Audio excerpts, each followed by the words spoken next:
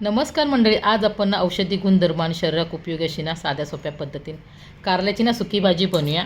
आणि ही भाजी ना बहुतेक जणांना आवडत नाही, तरी पण ती खाऊची असतं कारण ही ना आरोग्यदायी आणि ना ह्याच्यात विटॅमिन सी ए असतं. आणि ही भाजी ना माझ्या पद्धतीने तुम्ही बनवशात ना तर अजिबात कडू नाही लागायची.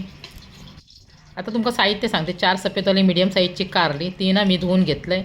एक मोठं कांदो, 4-5 तिखटवाले हिरवे मिरचो आणि थोडासा ओला खोबरा तर आपल्या आवडीनुसार.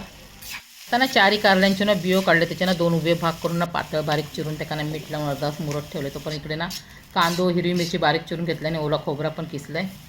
मीठ लावल्यामुळे कारल्यात ना पाणी सुटतं, त्यामुळे कारल्याचा ना कडवटपणा कमी होता आणि कारला भाजायला पण वेळ नाही लागत. नंतर मी ना कारला चांगला मळून आणि न धुताच घट्ट पिळून ना भिड्याच्या तव्यात तेल गरम झाल्यावर ना 10 मिनटं चांगला परतून ना भाजून घेतलं. नंतर त्याच्यात ना बारीक चिरलेलं कांदो, हळद, मीठ ना मी थोडाच टाकते कारण अगोदर टाकलेला म्हणून. आणि बारीक चिरलेली हिरवी मिरची टाकून पुन्हा 10 मिनटं झाकण ठेवून वाफवलं आहे. भाजी चांगली शिजल्यावर शेवटी त्याच्यात ना किंचित साखर आणि आम्ही कोकणी असल्यामुळे थोडासा ओला खोबरा टाकून झाकण ठेवून गॅस बंद केलं आहे. चला तर मग तयार झाली आपली मस्त अशी चविष्ट कारल्याची भाजी.